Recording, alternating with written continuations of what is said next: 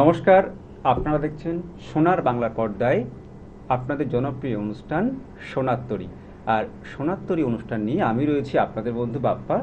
আমরা পেয়ে গেছি একজন সঙ্গীত শিল্পী বন্ধুকে, আমরা তার নাম জেনে নেব। নমস্কার। নমস্কার। আপনার নাম? সঙ্গীতা মণ্ডল। আপনি কোথা থেকে আসছেন? আমি ক্যানিং লাইন বেদবেরিয়া ঘোলা। আজকে আপনি এই অনুষ্ঠানে গান শোনাবেন, তাই তো? হ্যাঁ। আমরা কথা না বাড়িয়ে শিল্পী বন্ধুর কণ্ঠে প্রথম গান শুনে নেব।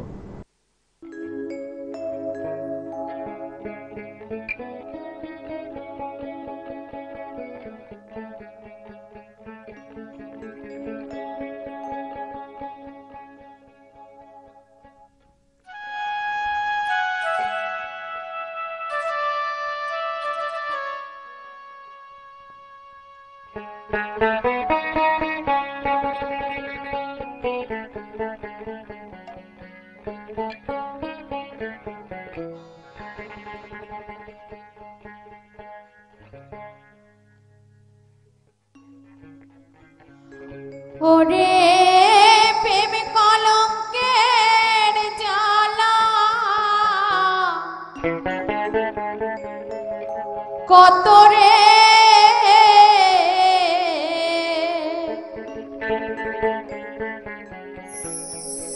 ওরে প্রেম কলঙ্কের জ্বালা কত রে,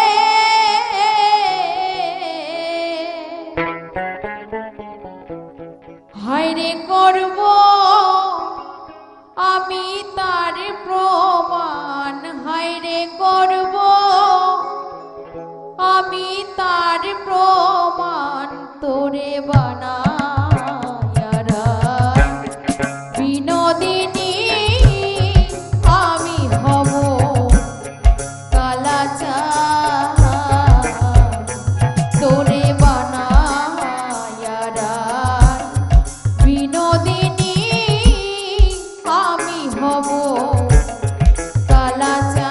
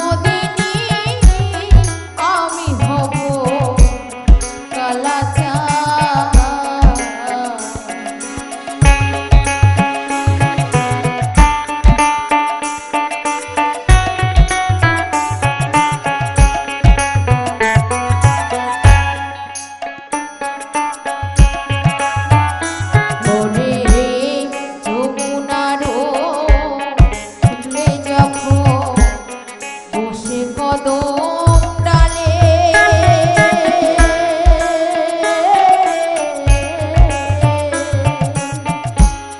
বাজাইব শ্যামের বাঁশি রাধা রাধা বলে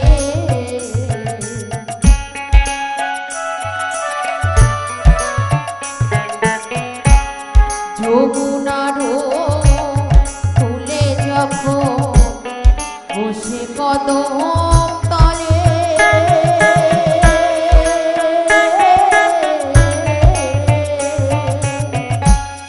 বাজাইব শ্যামের বাঁশি রাধা রাধা বলে ওরে প্রেম কলঙ্কের জ্বালা কত রে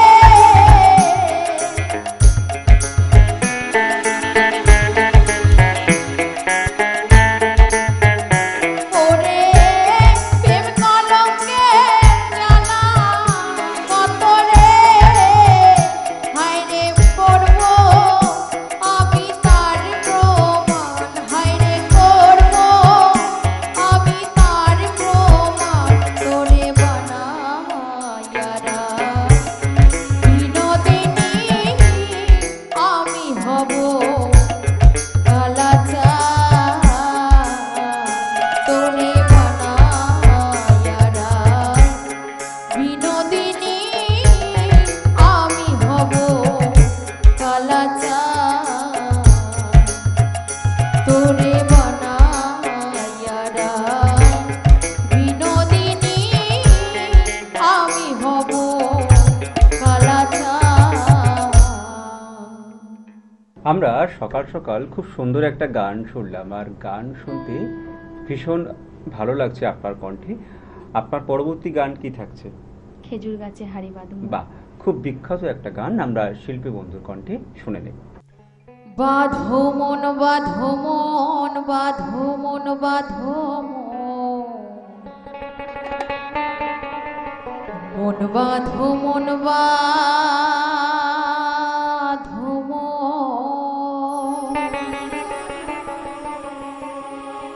খেজুর গাছে হাড়ি বাঁধো মন খেজুর গাছে হাড়ি বাঁধো মন।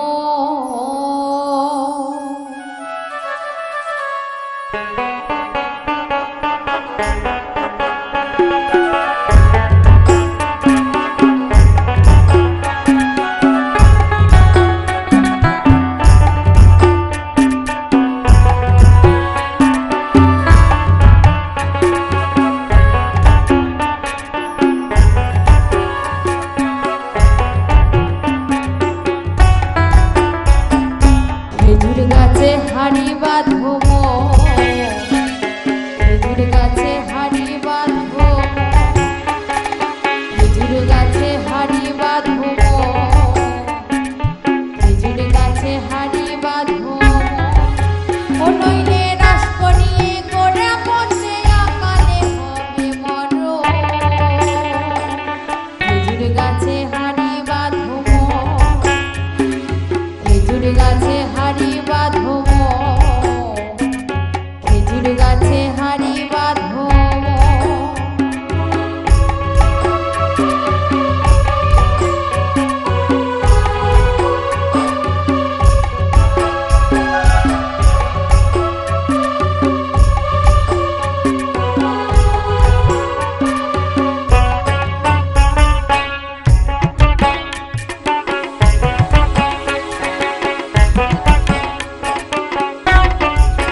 ষোড়শী গাছি যারা গাছের ওপর ওঠে তারা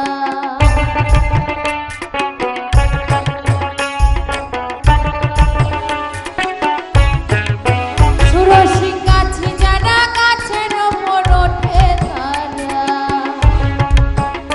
আবার গাছের উপর ওঠে তারা ও তারা ও তারা গাছের উপর ওঠে তারা করে রস সাধন। খেজুর গাছে হাড়ি বাঁধো খেজুর গাছে হাড়ি বাঁধো মন, খেজুর গাছে হাড়ি বাঁধো মন।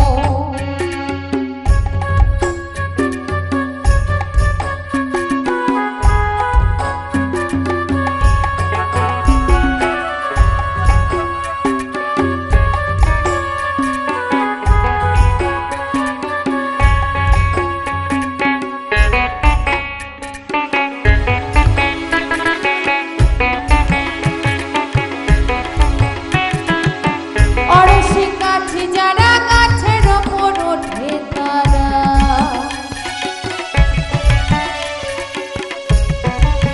অরসে কাছে যারা গাছের ওপর ওঠে তারা,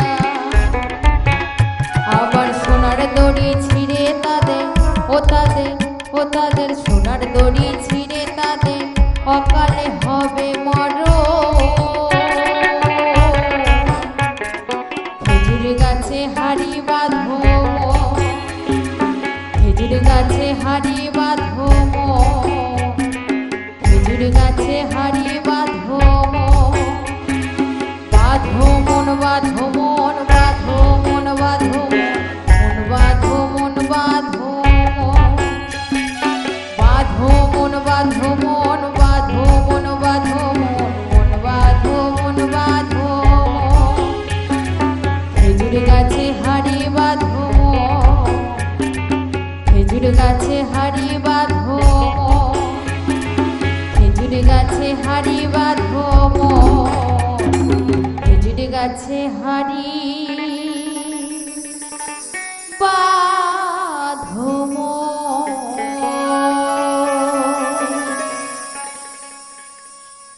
বাহ, ভীষণ ভালো লাগলো আপনার কণ্ঠে গান শুনে। আর আজকের অনুষ্ঠানে এসে আপনার কেমন লাগলো? খুব ভালো লাগছে। এবং আজকের অনুষ্ঠানের পক্ষ থেকে আপনার জন্য রয়েছে সার্টিফিকেট, রয়েছে মেমেন্টো। অনেক অনেক শুভেচ্ছা আর শুভকামনা শিল্পী বন্ধুর জন্য। আমরা এই মুহূর্তে পেয়ে গেছি আজকের এই সোনাত্তরী অনুষ্ঠানে আরও একজন শিল্পী বন্ধুকে। আমরা তার সাথে পরিচয় করে নেব। তো আমরা পেয়ে গেছি একজন শিল্পী বন্ধুকে। নমস্কার। নমস্কার, আপনার নাম?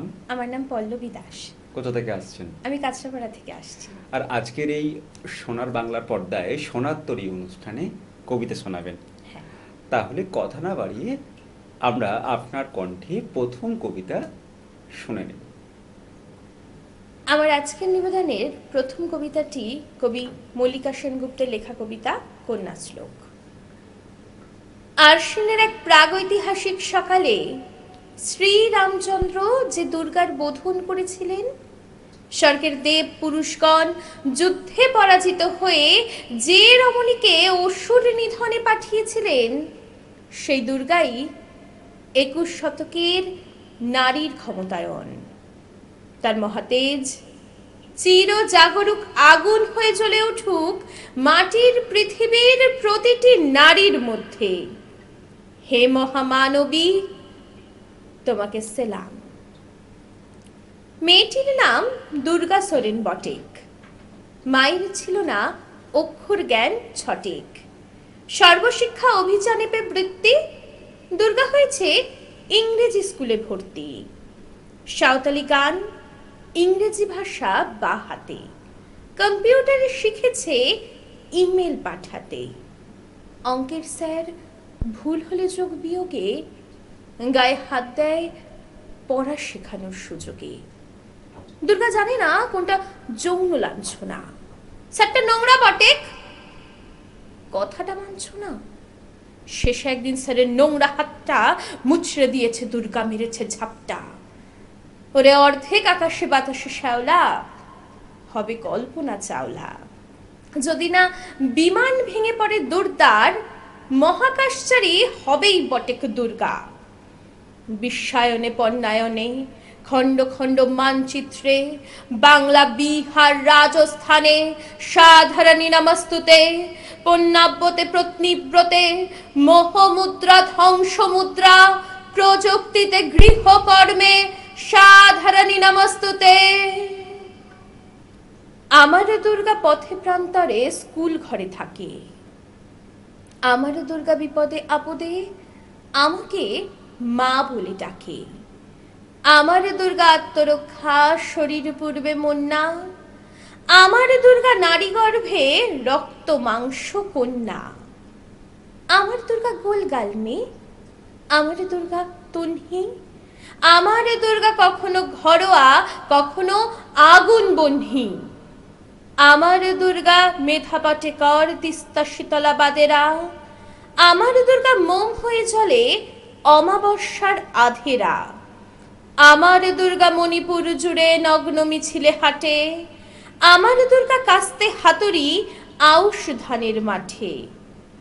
আমার দুর্গা ত্রিশূল ধরেছে স্বর্গে এবং মর্তে, আমার দুর্গা বাঁচতে শিখেছে নিজেই নিজের সত্ত্বে। আন্দোলনে উগ্রপন্থে, শিক্ষাব্রতে কর্মযজ্ঞে, রান্নাঘরে আতুর ঘরে মা তুঝে সালাম। অগ্নিপথে যুদ্ধ জয়ে, লিঙ্গ সাম্যে শ্রেণী সাম্যে, দাঙ্গা ক্ষেত্রে কুরুক্ষেত্রে মা তুঝে সালাম। या देवी सर्वभूतेषु शक्तिरूपेण संस्थिता, नमस्तस्यै नमस्तस्यै नमस्तस्यै नमो नमः। या देवी सर्वभूतेषु शक्तिरूपेण संस्थिता, नमस्तस्यै नमस्तस्यै नमस्तस्यै नमो नमः। আমরা খুব সুন্দর একটা কবিতা শুনলাম এবং এই কবিতার মধ্যে অনেক কিছু গল্প খুঁজে পেলাম হ্যাঁ একদম। এবং খুব বাস্তববাদী একটা কবিতা। আমরা চাই মহিলারা সম্মানের সাথে বাঁচুক, মহিলারা আমাদের সমাজকে এগিয়ে নিয়ে যাচ্ছে, আমাদের শিক্ষাকে এগিয়ে নিয়ে যাচ্ছে, তাদেরকে সম্মান করা উচিত, তাদেরকে ভালোবাসা উচিত। তারাই তো আমাদের কাছে এক আকাশ পৃথিবীর সমান। আমি তো আপনার কণ্ঠে কবিতা শুনলাম, ভীষণ ভালো লাগলো আপনার কণ্ঠে কবিতা শুনে। কত দিন ধরে কবিতার জীবনযাপন? আমি যখন ছোট ছিলাম, একদম আমার যখন 5 বছর বয়স, তখন একটা অনুষ্ঠানে আমার মা আমাকে নিয়ে গিয়েছিলেন। আচ্ছা। বাড়ির ওখানে নিয়ে যাওয়ার পরে আমার একটা ঠাকুরের ছবি দেখেছিলাম, দাড়িওয়ালা একটা ঠাকুর, রবীন্দ্রনাথের ছবি দেখে আমি ভাবলাম এই ছবিটা তো আমাদের বাড়িতেও আছে, কোনো ঠাকুরের মতো উনিও হয়তো ঠাকুর, রবি ঠাকুর সবাই বলে। তো সেখানে তার একটি কবিতা আমি বলেছিলাম বীর পুরুষ, সেটা বলতে বলতে আমি ভুলে গিয়েছি। ভুলে যাওয়ার পর মা আমাকে তারপর বাড়িতে এনে আবার শিখিয়েছে কবিতা। মায়ের কাছে প্রথম আমার কবিতা শেখা, তারপর ওখান থেকে আমার পাড়ার এক দাদার কাছে শেখা, দুজন ভালো গুণী শিল্পীর কাছে শেখা আমার। তাদের কাছ থেকে মানে যেটুকু যা আমি পেয়েছি তাদের কাছ থেকে, বা যেটুকু আমি জানি তাদের দ্বারাই আমি সেটুকু সমৃদ্ধ হয়েছি।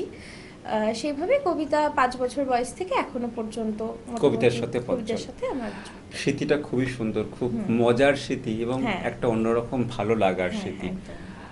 আমরা পরবর্তী কবিতা কি শুনবো তোমার কাছ থেকে? পরবর্তী কবিতা, আসলে আমি একটা কথা বলি, আমাদের জীবনে অনেক সময় অনেক প্রেম আসে, ভালোবাসা আসে।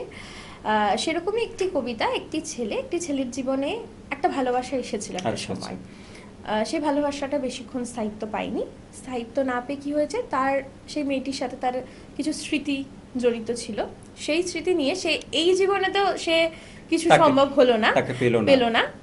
পরের জীবনে তাকে নিয়ে কিছু সাজিয়েছে। আর সেই সাজানোটা, তার ভাবনাটা, সেই ভাবনাটা হচ্ছে কবি আরণ্যক বসু সাজিয়েছেন সেই ছেলেটির কণ্ঠে, কবিতায় প্রকাশ পেয়েছে। আমরা সেই কবিতায় চলে যাব।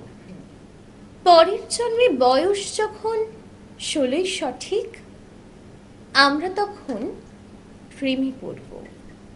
মনে থাকবে বুকের মধ্যে মস্ত বড় ছাদ থাকবে, শীতল পাটি বিছিয়ে দেব, সন্ধে হলে বসবো দুজন, একটা দুটো খসবে তারা। হঠাৎ তোমার চোখের পাতায় তারার চোখের জল গড়াবে, কান্ত কবির গান গাইবে, তখন আমি 2 চোখ ভরে থাকবো চেয়ে। মনে থাকবে এই জন্মের দূরত্বটা পরের জন্মে চুকিয়ে দেব। এই জন্মে চুলের গন্ধ পরের জন্মে থাকে যেন, এই জন্মের মাতাল চাওয়া পরের জন্মে থাকে যেন, মনে থাকবে? আমি হব উড়নচণ্ডী এবং খানিক উস্কো শুষ্ক। এই জন্মের পরিপাট্য সবার আগে ঘুচিয়ে দেব। তুমি কাঁদলে গভীর সুখে এক নিমেষে সবটুকু জল শুষে নেব, মনে থাকবে? পরের জন্মে কবি হব, তোমায় নিয়ে হাজার খানেক গান বাঁধবো।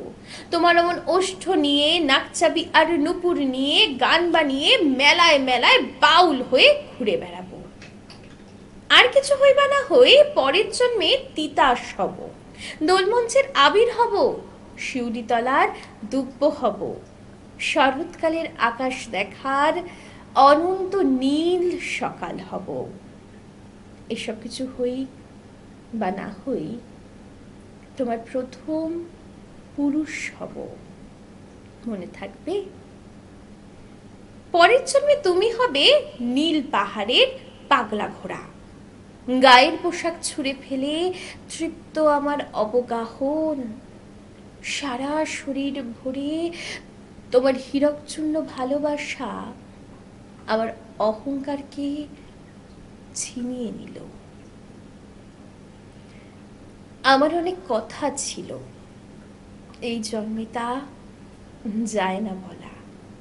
বুকে অনেক শব্দ ছিল, সাজিয়ে গুছিয়ে তবুও ঠিক কাব্য করে বলা গেল না। এই জন্ম তো কেটেই গেল অসম্ভবের অসঙ্গতে। পরের জন্মে মানুষ হব, তোমার ভালোবাসা পেলে মানুষ হবই, মিলিয়ে নিও। পরের জন্মে তোমায় নিয়ে বলতে ভীষণ লজ্জা করছে, ভীষণ ভীষণ লজ্জা করছে।